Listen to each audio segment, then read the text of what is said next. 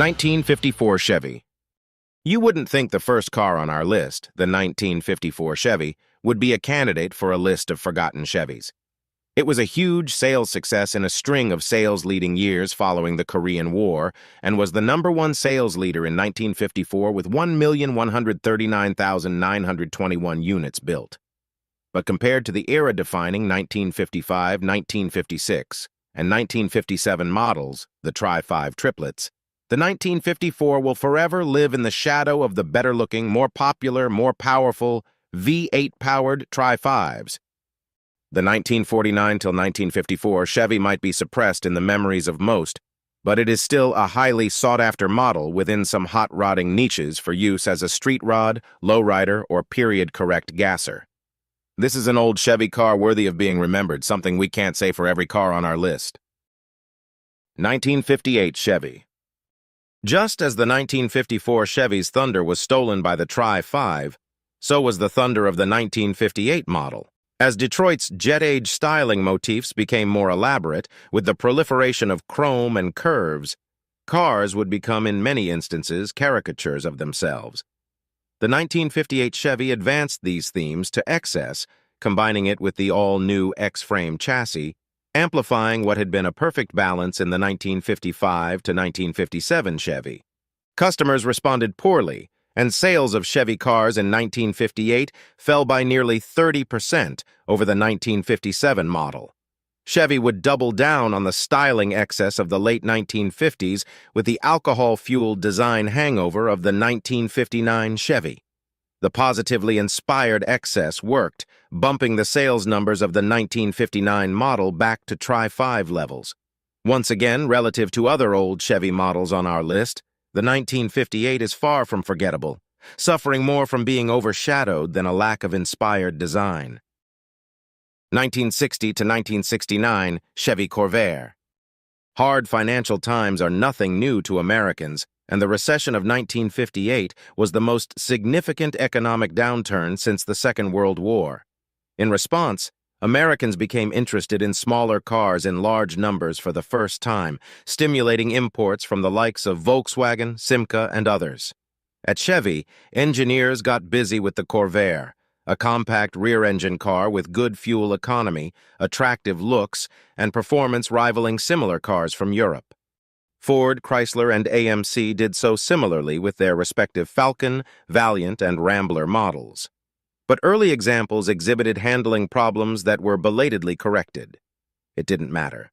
By the time Ralph Nader's book Unsafe at Any Speed was published in 1965, the end was nigh for Chevy's compact Corvair, which GM pulled the plug on after the 1969 model year.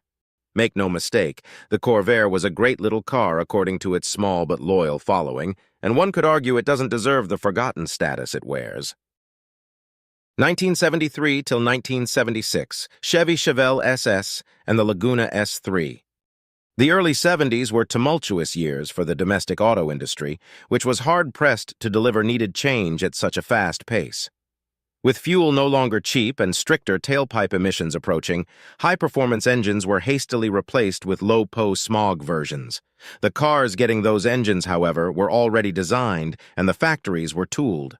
At Chevy, the brand-new replacement for the mid-size A-body, known to buffs as the Colonnade-style A-body, had the best chassis and suspension yet.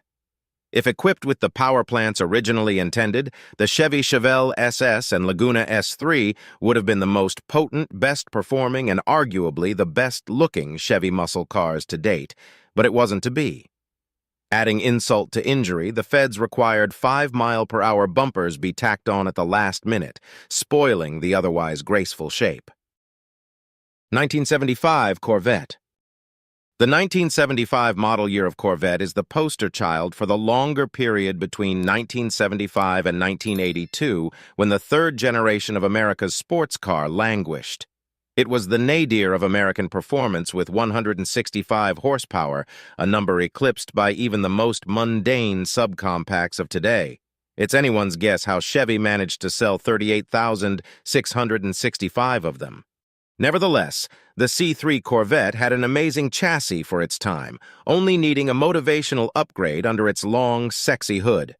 bookended by the masterful early C3 of 1968 to 1972 and the groundbreaking C4 of 1984. The 1975 Corvette is often dismissed by Corvette aficionados as a waste of time. But like the Colonnade-style midsize A-body, the 1975 Corvette is yet another capable Malaise-era Chevy chassis in search of a good powertrain. 1975 till 1976, Cosworth Vega.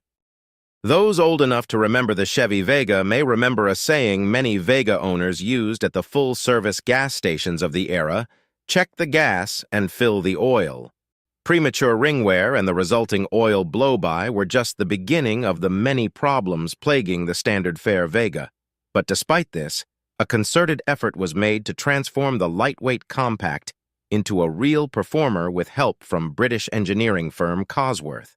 A version of the Vega's aluminum block engine, a 16-valve OHC 2.0-liter inline-4 producing 110 horsepower, was the first Chevy with electronic fuel injection and was hand-assembled in the same clean room in Tonawanda, New York as the vaunted 427 CIZL one big block.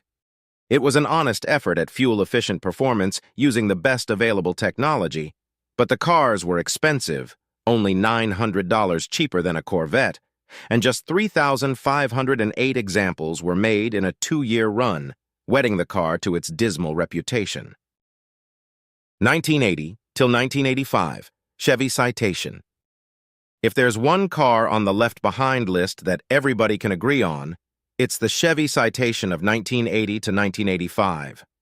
Desperate to find a formula that would resonate with a newly thrifty America, GM replaced its longtime rear-drive X-body-based compact with a lighter front-drive version of the platform that had ample interior space, but little trunk area, deplorable looks, and vastly underpowered engines.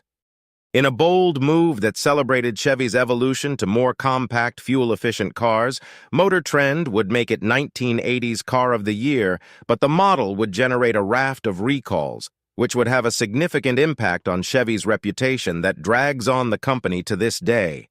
By contrast, Chevy's contemporaneous midsize G-bodies, the Chevy Malibu and Monte Carlo, have become the hot rodder's unlikely hero car from this era. The Chevy Citation is without a doubt an utterly forgettable car worthy of the list.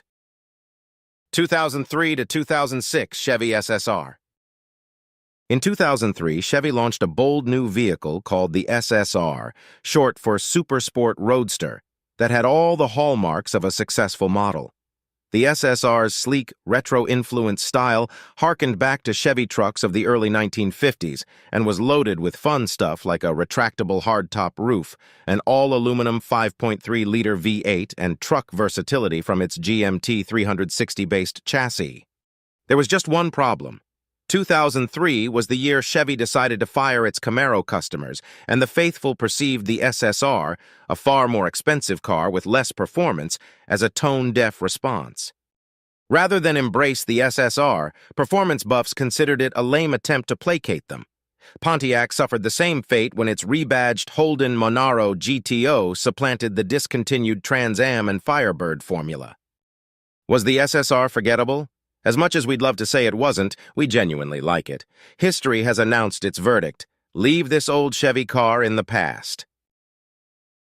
2006 to 2007 Chevy Monte Carlo SS and Impala SS. For 2 sweet years, Chevy offered a version of the LS V8 engine in a front-wheel drive configuration with both the Chevy Monte Carlo SS and Impala SS receiving the treatment.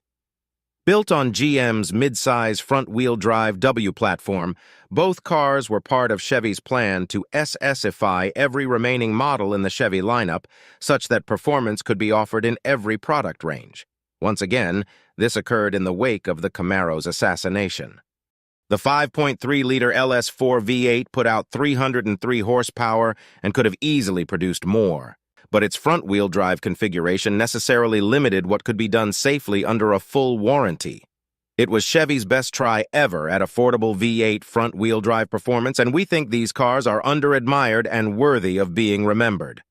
If you're looking for something even less expensive and more forgotten, same car but not a Chevy, Check out the LS4-equipped 2007 till 2009 Pontiac Grand Prix GXP and the LS4-equipped 2007 till 2009 Buick LaCrosse Super.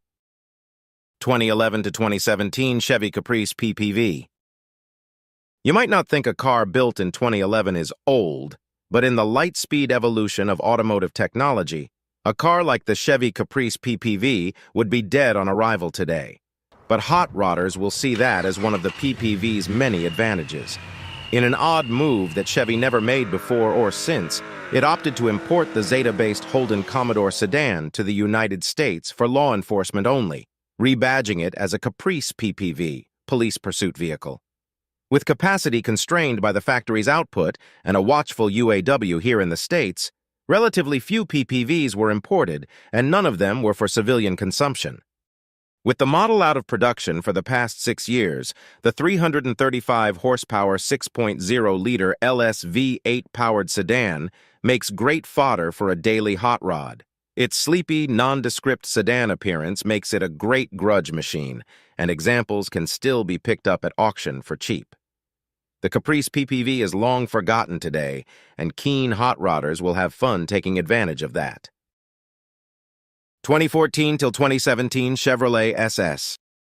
Unless you're talking to someone with intimate knowledge of the Chevy brand, mention the Chevy SS to any random car-savvy person, and they'll likely come back with, "Chevy SS what?" Like you forgot to tack on the word Chevelle, Impala, or Camaro to the end of it.